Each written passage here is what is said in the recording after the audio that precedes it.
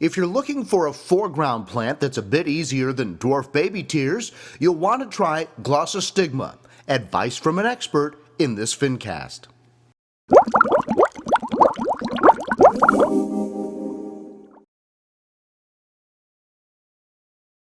Hi everybody, John here with another Fincast. Today we're going to continue our series on planted aquariums, talking a little bit about something called Glossostigma. So we've talked a little bit about foreground plants in the past. These are the plants that they're down low, you can put them at the front of the aquarium, and more we're starting to see people wanting to create that carpeted look with these plants all throughout their aquarium. And in earlier Fincasts we talked about flame moss, which is a relatively easy plant to grow, and then we also talked about dwarf baby tears, which is relatively difficult. In this Fincast, we'll take a look at Glossostigma.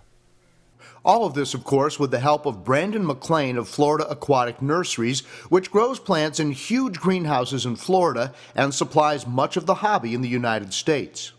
Flame moss would be your easiest. Glossostigma would be quite a bit more difficult for foreground, but it is easier than the dwarf baby tears. So I give flame moss a 1 on the easiness scale, and Glossostigma a 2, and baby tears a 3. Brandon had a lot of Glossostigma on display at the 2014 Global Pet Expo. Let me tell you that when you see this rich carpet of plants, you'll want it in your aquarium.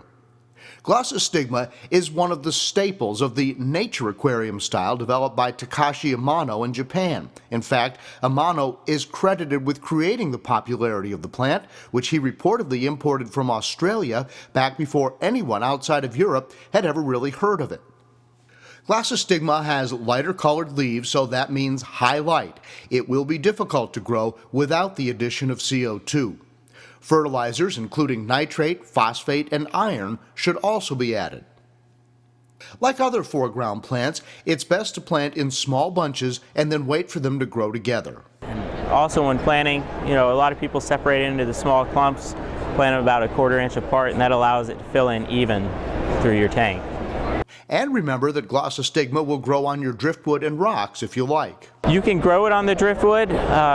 We do sell a product with it already grown on the driftwood. It will stay on there. It does also benefit from tying it down with a little bit of string on your driftwood to keep it on there. And it'll spread that way also? It will spread that way. It sends out little runners and they send off leaf nodes. So what you see behind me there is just a mass of runners of Glossostigma.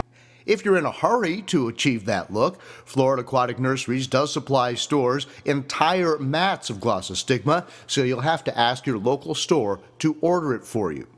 I'm curious if you've ever had any success or any failures with these foreground plants. We're talking about the flame moss, the dwarf baby tears, or the Glossostigma in this case. And if you have, would you be willing to share some pictures? Maybe we can take a tank tour of something that you've got going on at your house. You can send me some pictures and I'll put it all together on the editor here, and we can share your tank with the Fincasters viewership.